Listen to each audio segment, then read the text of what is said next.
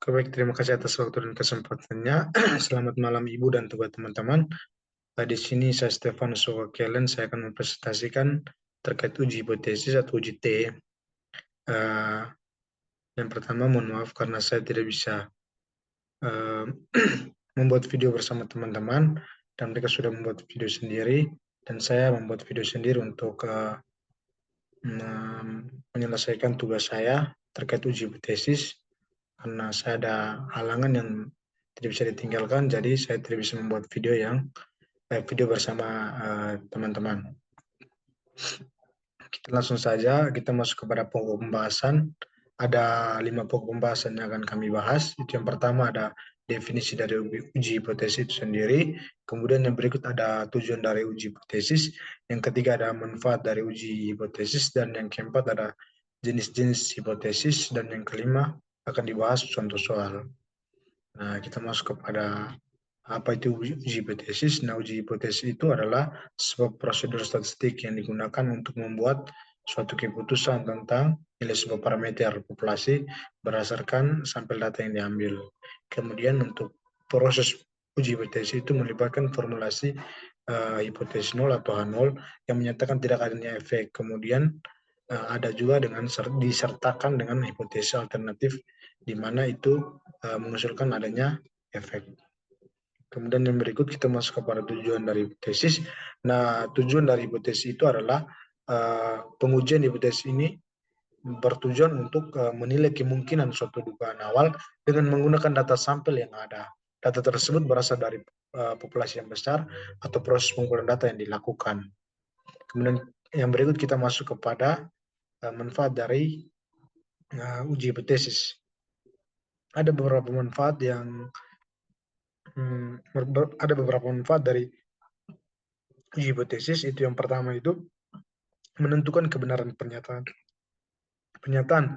Di mana uji hipotesis ini memungkinkan untuk peneliti untuk menentukan apakah ada bukti dalam data yang mendukung atau menolak suatu pernyataan atau hipotesis mengenai suatu populasi. Kemudian yang berikut kita menghindari adanya bias dengan menggunakan prosedur yang sistematis dan objektif.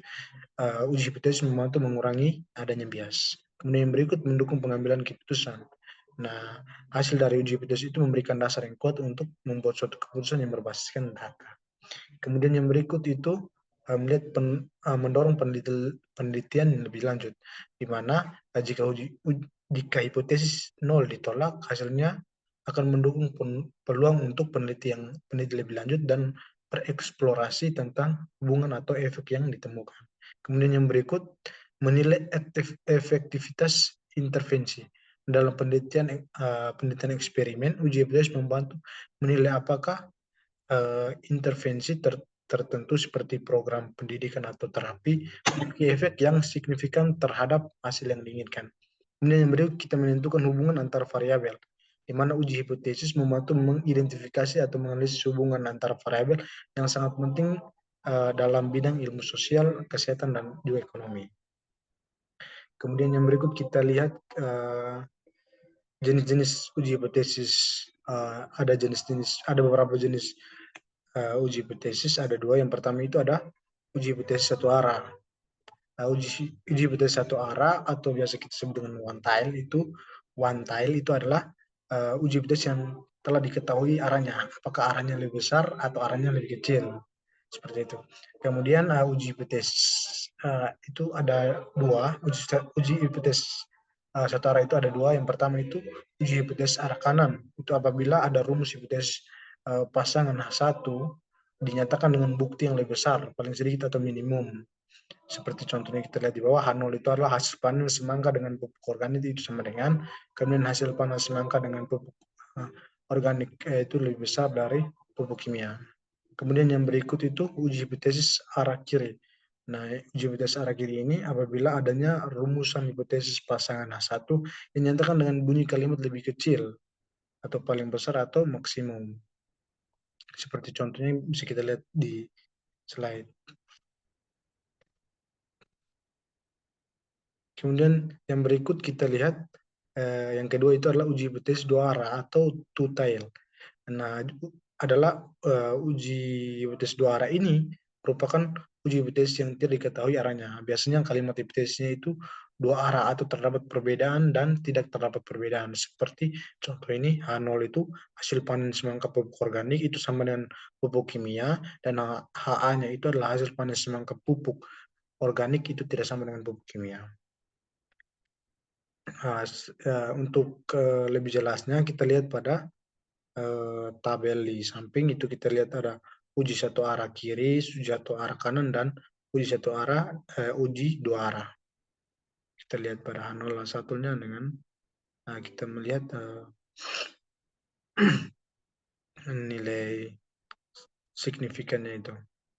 Kita lihat pada tabel di slide.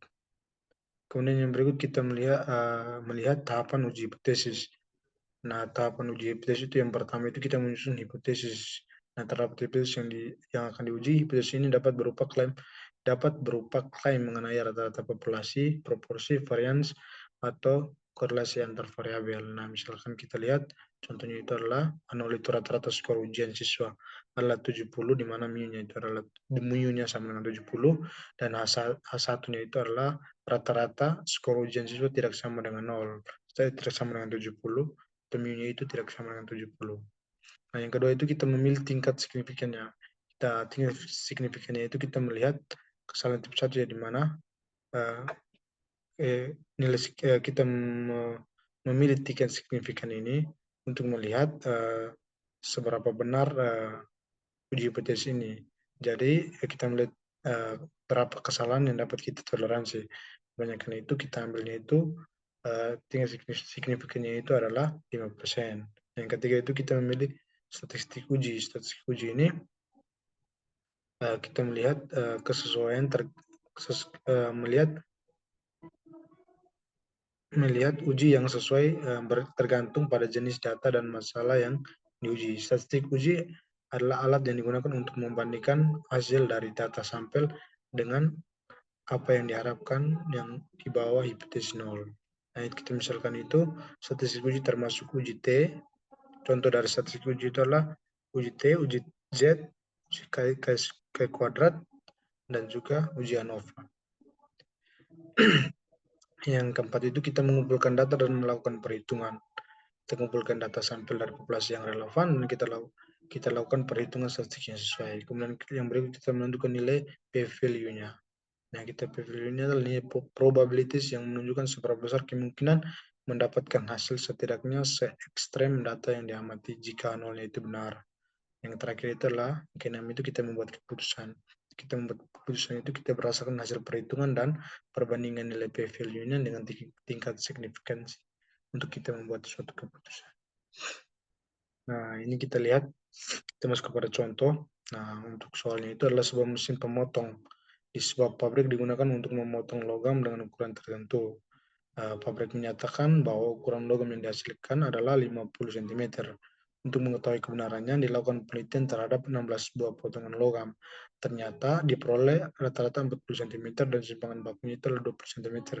Selidikilah dengan tanggal signifikan 10% apakah ukuran logam tersebut sudah berubah atau belum. Nah, untuk mu nolnya itu sama dengan 50. Nah, untuk n-nya itu adalah 16 dan x bar-nya itu sama dengan 40. Nah, untuk simpangan bakunya itu adalah 20 dan signifikan yang kita ambil itu adalah 10%.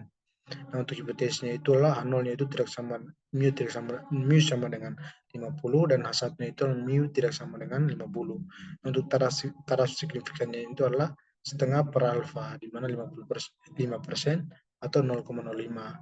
Nah, untuk kita lihat di tabel Z-nya itu, untuk alfanya 0,005 itu kita peroleh nilainya itu 1,64. Nah, kita melakukan perhitungan itu menggunakan nilai Z itu, Z hitungnya itu sama dengan X bar kurang mu 0 per simpangan baku per akar dari N. Nah, kita peroleh hasilnya itu adalah min 2. Sehingga keputusannya itu adalah karena Z hitungnya itu adalah min 2, di mana min 2 itu kurang dari 1,64, maka H0-nya itu ditolak. Dengan kesimpulan bahwa jika H0-nya ditolak, maka jika H0-nya ditolak artinya logam yang dihasilkan itu tidak sama dengan 50 cm. Sekian presentasi dari saya. Kurang lebihnya mohon maaf. Sekian dan terima kasih.